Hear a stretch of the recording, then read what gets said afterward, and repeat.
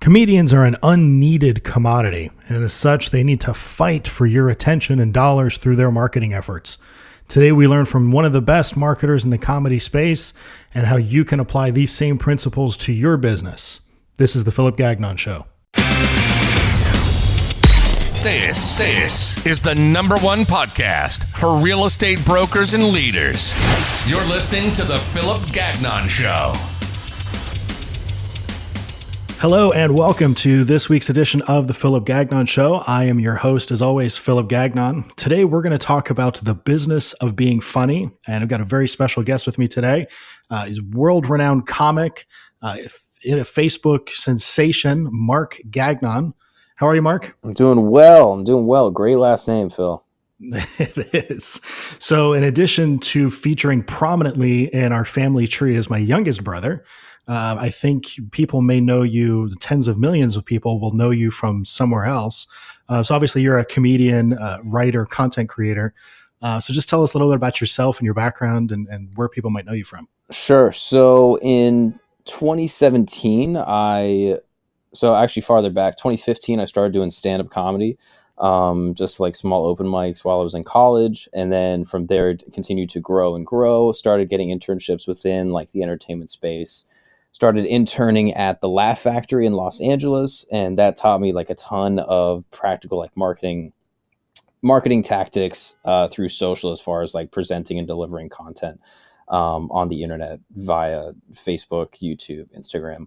And then after that summer working there, I started applying what I learned to my own content. And in the fall of 2017, created a slew of videos that now have amassed altogether probably close to maybe 70 or 80 million views. 70 or 80 million? Correct. 70 to 80 million. I'd estimate amongst all of them, maybe more than that. The largest, the most successful video now is topped out at like 26 million. And that was a video that I made in Orlando, where I grew up.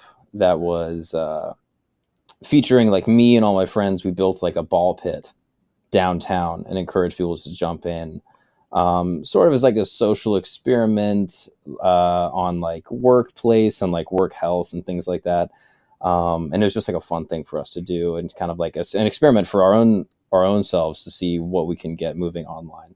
And that video ended up being a huge success. And then from there, spurred partnerships with Rainn Wilson's company Soul Pancake, and a few other like corporate sponsorships with my additional content. So yeah, that was the brief side of it. And then currently now I've graduated. I'm currently on a world tour with stand-up comedian Andrew Schultz. And Andrew's whole tactic has always been through guerrilla marketing via online portals. He has never gone the traditional industry route. Everything he's done has pretty much been independent. So I'm working as like a strategist for him, as well as like opening up all his shows throughout the tour. So yeah, certainly. So let's go back a second to your video. Does that video about the ball pit, is that still up somewhere? Yeah, that's currently on my Facebook page, Mark Gagnon Comedy. I think it's the pinned video. So if you want to go there, anyone listening can certainly see that there. Go check that out. So let's talk about the business of stand-up comedy. So, I mean, where does most of the revenue for stand-up comedians come from? So it depends. I would say it's like typically two-pronged. So within stand-up, like every industry, there's going to be tiers of like skill and expertise that put you in different like earning brackets. But for the standard stand-up comedian, they'll make most of their money off of touring road gigs. And then they'll make that on like a weekly or a monthly basis. And then they will make additional money through selling their stand-up hour, their special that they toured with, either to a network like Netflix, or doing it as like an independently produced album or something of that nature.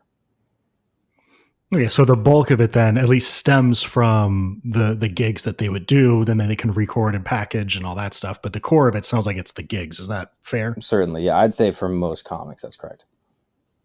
So if you're a comic, how do you get gigs? Like, how do you get people to let you go up and talk and make jokes? Right. The most effective thing is to lie.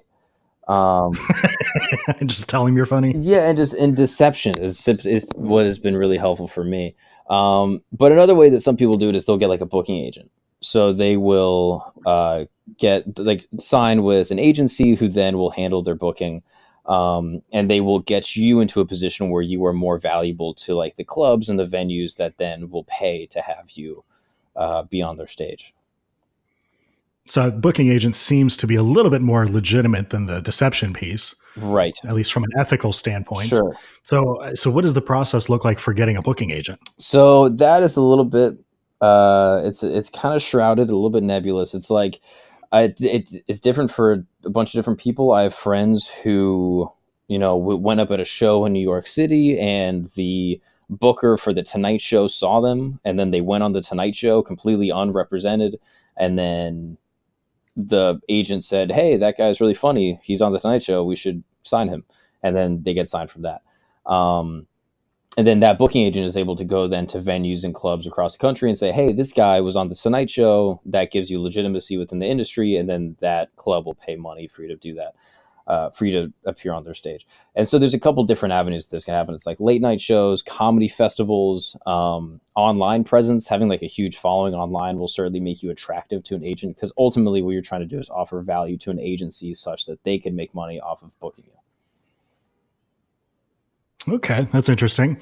So it sounds like it's almost a chicken and egg type situation, because you need gigs to get noticed so that people will book you, but in order to get booked, you need to have gigs. So like how do you get into that? As far as like the gigs on like a small basis.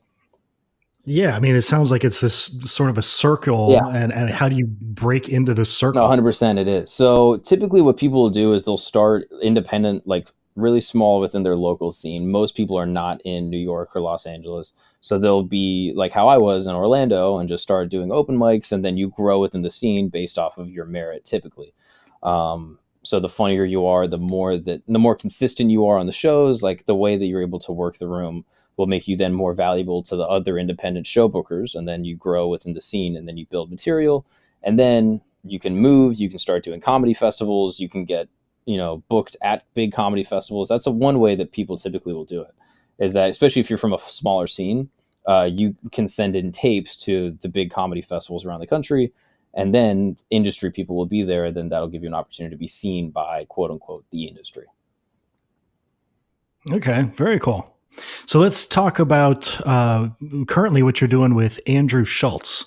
So you said you're doing some strategy with him. So what does that look like? Right. So Andrew's background is really interesting. He, within the comedy world, went a really unconventional way that kind of changed the way the industry operates.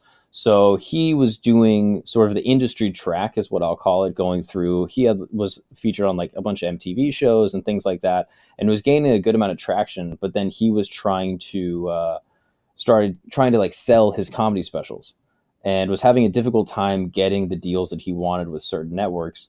And there's a more in-depth version of this explanation that you can listen to with his interview on the Joe Rogan podcast. He goes into all this into a lot more detail. But basically, he just said, "All right, I'm not getting what I want through the industry, so I'm going to go my own way."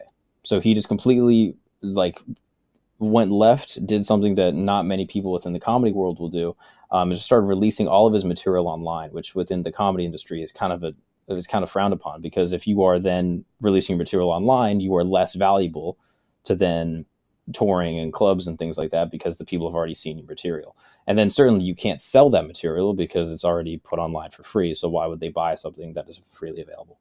So his strategy was, I'm just going to put it all online. I'm going to get fans from that, and then I'm going to tour with a different hour, and then I'll be able to sell more tickets because people have already seen what I've done via YouTube. And he gambled on it, and his gamble came out to be correct.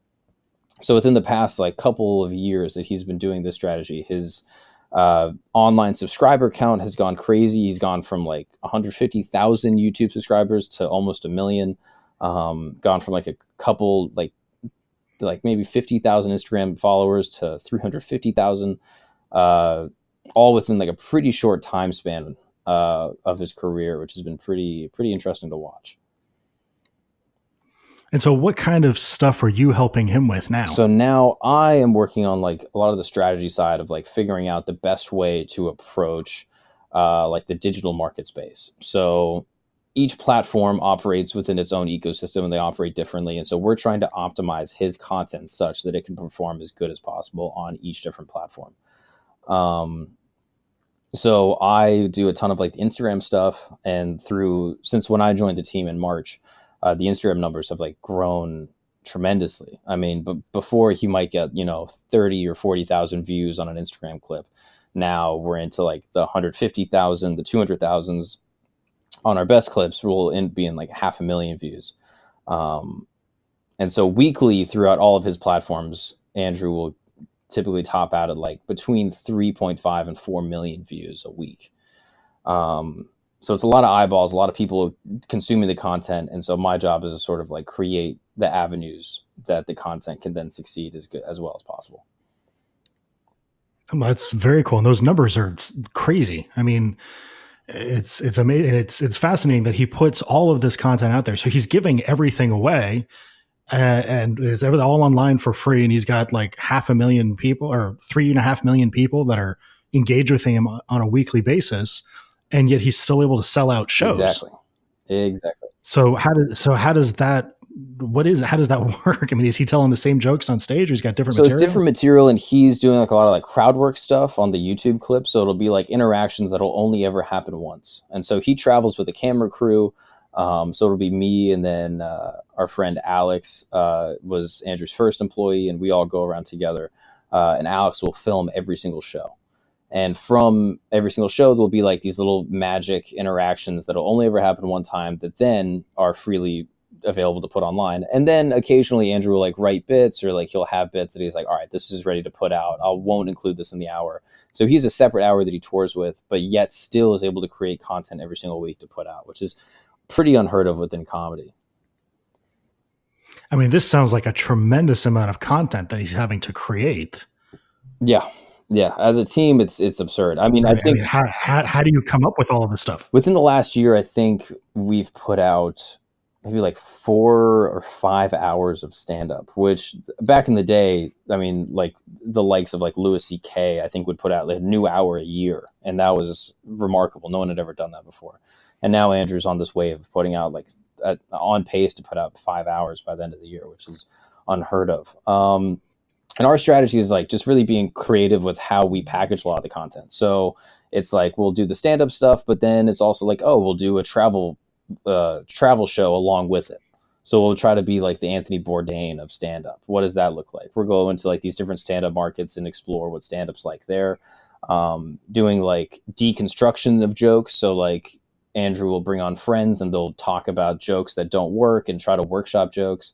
So a lot of it is pure stand-up. But then other parts will be like stand-up adjacent. So it's like variations off of what, Andrew's audience is expecting that they'll still enjoy because it is within the realm of what he does.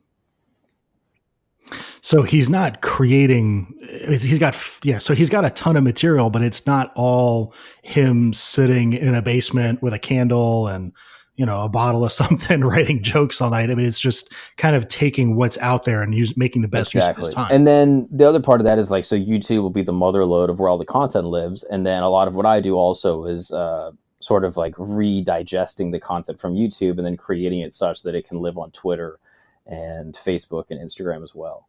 So taking the 10-minute clip and turning that into a couple 1-minute clips that then can populate Instagram and build our Instagram numbers. Okay. One of the things that I thought was interesting, which is kind of what made me think to bring you onto the show here, is the business of comedy. You've got all of these people, men and women, that are out there that are selling themselves basically to an audience that's happy to pay the money, but nobody needs this. It's obviously something that's fun, but it's not like a need. So it seems like it's a really tough market compared to more traditional businesses that do sell some sort of a need or a product or something like that like people can't live without or whatever. But comedy is obviously not that. So how do you approach the marketing knowing that nobody needs this, nobody has to have I think this? it's a couple different things, and I think the benefit of stand-up is that it never pretends to not be a luxury service, right? So I think so often there's a dishonesty when it comes to sales, that people will try to sell you something like, you need to buy this, these new shoes. When it's like, you don't need to buy most things. You know what I mean? So people will often market things as like, you need to have this. And then I think the consumer, especially now, consumers are so savvy, they understand, oh, well, that's a marketing tactic. Like, especially now like within the Instagram age, like I think people kind of almost perceive themselves as like the marketers of their own personal brand. So I don't think people are as obtuse to like these marketing tactics as they were in the past. So what we have the luxury of doing within stand up is we're able to say, look, this is not, something that you quote unquote need. This is just something that we're offering that is like fun and enjoyable and will give you, like this sort of like temporary release from the stress of everyday life, that if you choose to partake in, like, we can guarantee that'll happen. I mean, like, and like entertainment, especially in this way, is kind of evergreen as far as like the economy shifts. You know what I mean? Like during the Great Depression, like things like movies and like shows stayed in favor. Like people would still continue to pay money to go see these films. Like Charlie Chaplin, like succeeded to some of his greatest heights during the Great Depression, because like it's the cost of what you get. It can make you feel happy or feel good for the 2 days, and it only costs $10, $15, depending on whatever the ticket is. But yeah, I think there's a certain like sincerity in knowing like, okay, this is not something that you need. This is a luxury item, and you can choose or not choose to partake in that. But we don't have to pretend this is, going to somehow make you money or somehow, do something for you outside of what it's doing. So I would imagine from a business standpoint that the competition's got to be pretty tight or tough, because you're competing not only for gigs, because there's only so many slots at so many theaters or festivals or whatever, but you're also competing for eyeballs, because people only have so much time to dedicate to watching comedy online. So from a strategy standpoint, how do you approach that Right. competitive So my marketplace? strategy, as far as like the live shows are concerned, the people that offer the most ticket sales are the people that are going to get booked. And especially within like all the arts, I think there's this misnomer that, oh, it's the person that is the most creative, or the person that is the funniest, or across all art, for the record, oh, the person that is the best singer will get booked the most. It's obviously untrue. The person that sells the most tickets will get booked the most. The person that offers the most value to the venue will obviously get booked the most. So the question should really be, how do I build the biggest audience online such that I can sell the most tickets, such that I can get booked the most? And then now that's a completely different question. So how do you build the biggest audience online? I think there's a couple different ways to go about it, but typically within stand-up, I find that the most successful way to do that is like consistency of content. So like creating quickly. Like the content machine, especially online, is like fast and it's ever changing, and it's insatiable, in my opinion. I personally don't think that there's enough content. Like everyone always says, like, oh man, there's so much content. It's all flooded. I don't think there's enough good content. Like I truly don't think so. Um, Plus, we consume it so much faster yeah, now that's my than we ever point. have Like there's before. so much, like I don't think there's enough great content. The fact that people have to refresh their feed on Instagram ever is proof to me that there's not enough great content. Or at least that there's a gap between how people are like being exposed and accessing their great content, being exposed to great content. So with that being said, like I think a lot of times people, especially content creators in any creative space, will be anxious, like, oh man, there's already so many people doing what I'm. It's like, if you're offering anything unique, which if you are like a unique individual, then you should be. Um, if you're offering anything unique and you're doing it consistently, you will gain an audience. Like you will be able to gain people that are following you because of like the virtue of who you are, and then additionally because you're doing it consistently and you're feeding the machine, which is ultimately what these platforms are looking for. So I mean, because I think so often people also get wrapped up with like the whole algorithm question. Like when people are looking at like Instagram or Facebook, they say, oh, well, I don't know what the algorithm is. I'll post a video and it won't get any views. And my answer is always like, what are you doing to provide value to Instagram? You know what I mean? Like, what are you doing to provide value to any of these platforms? The algorithm is not some like some platonic mystery. You know what I mean? Like, this is not like some Greek philosophy. It's like, it's very simple. It's, are you giving people a reason to stay on the platform longer? Which really goes, I mean, that goes right back to what you were talking about with the theaters. You know, if you are able to get people to spend more time on Instagram, Facebook, and YouTube, your content's going to show up the same way that if you or Andrew is able to sell the most tickets for a theater, Exactly. you're going to So get paid to show are up. you offering something that is going to keep people on Facebook, on YouTube, on Instagram for more time than if you weren't doing it? You know what I mean? So people will post stuff and they're like, "Oh, well, I posted a video. Like, why isn't it getting?" I posted one Yeah, it's video like one you're not time, I got offering, nothing. and that's the other piece, is that the consistency of the content. Well, the algorithm's not that smart. Okay, when I say the algorithm, I just mean like the trust that Instagram has in you to push your content to the front of people's feeds. So when you log onto Instagram, there's a non-linear timeline. So there's just going to be the content that Instagram thinks you want to see the most, and that's going to be the first thing that pops up. So they have to trust that when you post something, that this person will want to see it. Because if the first thing that someone sees when they go on Instagram is some garbage content, they're going to say, "No, I'm not going to go on Instagram." It's a subconscious decision that they make in their mind. They see 3 posts in a row that don't apply to them, that are not interesting to them. They say, "All right, I'm Sure. done. I'm just not going to go on the platform." It's not like out of spite. It's not an anger. It's just a subconscious decision that, like, oh, this is not giving me Yeah, I'm dopamine. bored. So I'm I'm going to bored go of to this. Let's go do Netflix or something go to else. some other marketplace that's going to give me something that has a tighter algorithm. So it's like, by creating consistent content, it's Sure. not like, oh, you're creating stuff and people are sitting at their phone waiting for you to post something. It's like, no, you're posting at a consistency that the algorithm is able to say, like, oh, when Fred posts something, Toby wants to see it. And so the more that Fred is posting and the more Toby is liking and interacting with the content, we can trust that the next post that Fred posts, we're going to show to Toby.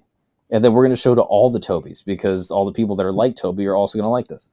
So it's like, people will look at these creators who they perceive as bad on like an artistic level, but it's like, you're the artistic appeal is not what Facebook or Instagram cares about. They care about, is this going to have eyeballs on their platform such that they can sell more ad space, such that they can make more money. So people get so emotionally involved. So this begs the question then, if I'm looking at, creating some marketing for my business, I need to make sure that it's valuable so that people will see it. So how do I create valuable content that millions of people want to see? Right. So I think there's a couple different ways to do it, and obviously it depends. Like, any advice that I'm going to offer now is going to be pretty generalized. But I think that there's like overarching ideas that people should apply to anything that they're posting online. When I posted my first video, the ball pit video, I Well, that wanted wasn't your first ever video. that was the first video that I posted onto Facebook. Yeah, Was it really? that was the first one. Wow. And I was really intentional with like what I wanted to do with it. Obviously, I wanted to create something that I felt was like uplifting. Like, I felt like I was in a unique space, just like as a person, as a creator, that I could create something that would like make people happy and like make things better in the world. So like, there is like the sort of the artistic virtue that I was pursuing, but more so than that, I was really interested in trying to game what I believe to be like a predictable algorithm. So I found a couple different articles. Don't know if I'll be able to find them still. If I can find them, I'll send them to you, and you can include them in the description or something. But it was like 2 or 3 different articles. One was a study from a Cambridge team that analyzed the top Forbes articles for 2016. And it was like the most clicked Forbes headlines of 2016. Here are like the top 100 in order, and then here's our analysis of like what they all had in common. And there was like a couple different things that really stuck out to me, is like the ones that got clicked the most or shared the most, they were the most uplifting. So it was like positive news that Forbes was bringing out. It was like, oh, the whales are not endangered, or something like that. That would get clicked more than the divisive stuff. So while the divisive stuff does certainly get clicked, like obviously the polarizing things, for some reason this article headlined was the uplifting stuff gets clicked the most. Things with like numbers that are easy to understand. So like the top 5 best things that you need to do this year. Those things got clicked really frequently. Things that like were short, concise, but like illustrated a ton of meaning or like power in the headline were really clicky. And now what we're kind of getting into is like the clickbait that people see so often. And I personally think that clickbait is destructive. because people will put like clickbaity headlines of like, oh, you need to click this, you need to see this. And then people will click the content and realize, oh, this is not the content that I wanted. And then they'll click out.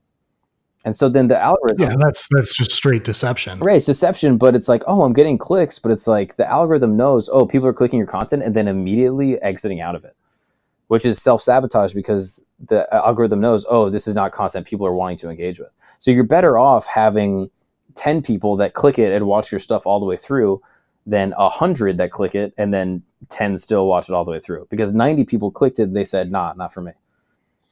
So I think like titling and headlining is like super effective. But then there's a couple other things that, like, especially with that video that I wanted to touch on, I wanted something that like broke language barrier. I didn't want any sort of like language infringement. So I just had something that was like simple to understand. I wanted it to be like really colorful. It needs to be really punchy, like really, really quick. All the content that I made, especially via Facebook, all existed under with like, I think 2 minutes or maybe 2.5 minutes or something like that. I intentionally made it short because you only have a certain amount of time. And then just like smaller tips that I would do is like I would include the top or like the most impactful part of the video in the first 3 seconds as like a hook. And then the video would actually start at like around 5 seconds. The formatting of the video, this is, I'm going to kind of just keep going. This is a lot, but if people are interested, they can rewind. The formatting of the video, every different platform is going to require different aspect ratios. So like for Facebook, I like to do a square aspect ratio. Like the actual video would take up a square amount of space on the screen, because I predicted that most people were using mobile and laptop. And if you're having most people on both different mediums, square is the best way to go. For Instagram, everything that I do is in like portrait mode or vertical mode, meaning that is like longer tall than it is wide. That's because most people are using mobile when they're interacting with it, such that like their screen is now vertical and it's going to take up the most real estate on their screen. And then subtitling everything. If there's any words, subtitle everything. Like I think it's something like 75 to 80% of people consume content without audio. So they'll be at work, they'll be in the bathroom, they'll be in class, and they want to see what this is. They want to see the funny joke that Andrew posted. They want to see the funny thing that someone else had, but without subtitling, they're just going to click on and keep moving. And then on top of that, the algorithm will see, oh, people are watching this video for 2 seconds, but then they're leaving. And then the video won't get pushed into the people's feeds that might actually watch it with audio, because it's just not getting engaged. So you need, because you don't have the subtitles. So you need to give the platform, whether it's Facebook, YouTube, Instagram, no excuse not to show your content in front of people. And then you just need to think as a consumer, is this content that I would watch or engage with? Right? So often people are posting stuff and it's like, would you even stop to look at this? Like, and if the answer is no, then why are you doing it? Like, you need to think of a more effective way to market yourself or market your product if you wouldn't even stop to take a second to look at it. So, so to that point, I think it's so easy to look at something and say, yeah, this is great. And then you push it out and then nothing happens, and you do it, another time or a couple more times. And then at some point it just gets to be discouraging. So what would you say to somebody that has, spent the time, spent the energy to put out some good content, but it's just not getting the traction? Right. So I would say a couple different things. One, give yourself like clear goalposts. So anytime that I would do something like this, I would give myself like a clear objective. So it'd be like, okay, if I'm going to do a podcast, I'm going to do a season. And I'll say this to myself. I'll even put it online, whatever. I'll be very transparent about it. I'm going to do 15 episodes. And I'm going to proceed in the way that I think is most effective as far as marketing this hypothetical podcast.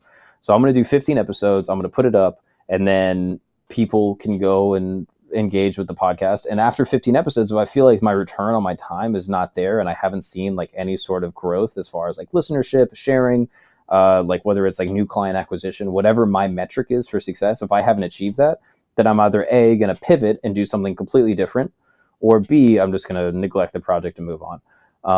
I think this is something that I've said to you before, but there's like a certain stupidity and perseverance that like I think people need to have in order to succeed, especially within this space. That like they need to have stupidity. Yeah, there needs to be a stupidity and perseverance that like, oh, I'm going to continue to go, even though my last 5 podcasts have all flopped and they've only gotten 2 listeners, my mom and my dad. I'm going to continue to keep on posting because I've set a goalpost for myself that I'm going to do 15 episodes. And then once I get there, because you never know, especially with like the consistency of the feed, it's like, oh, I've done this now for 3 months. And by the third month, the algorithm is like, oh, wow, people are actually engaging with this. And there's consistency in this. And this is something that we can trust. It basically builds you credit within the platform. It's like, oh, we can trust that this person will have content that this audience of people will enjoy. And then putting it out to them. And then from there, you'll actually see more consistent growth. And then whatever your metric is for success, if I get 3 clients from this in 15 episodes, that's success, whatever it is, then you can choose to keep on moving. But I think it's like create clear and concise objectives. So often people are just be like, oh yeah, I'm going to create content now. And it's like, and how do you know if it's succeeding? They go, oh, well, I make YouTube videos. Why are you creating it's like, if you have no metric, then most people do not have 1 million subscribers on YouTube. It's like a very small percentage of people will have these massive audiences. And the good news is that you don't even have to have a massive audience. You know what I mean? You can, especially depending on what you're trying to do, you can have a very small audience. And it's better to have a very engaged small niche than to have 10 million people that give you 1% engagement. So I think quality having over a clear quantity. objective and then punching into that as hard as you can for a set amount of time. But then ultimately, if you just continue to do the same thing over and over with the same limited results, I mean, that is the old trope of like the definition of insanity. It's like doing the same thing and expecting different results. But yeah, going to the point of like needing not a massive audience. This is like such a profound thing that has happened, I think, really recently. I think there is a mentality, especially within like the entertainment space, that, oh, I need to have 1 million followers in order to be whatever, to quit my job, to achieve the things that I want to achieve. Especially now with like platforms that you can pay directly to artists like Patreon, the amount of people that you need in order to have like massive success is tremendously small.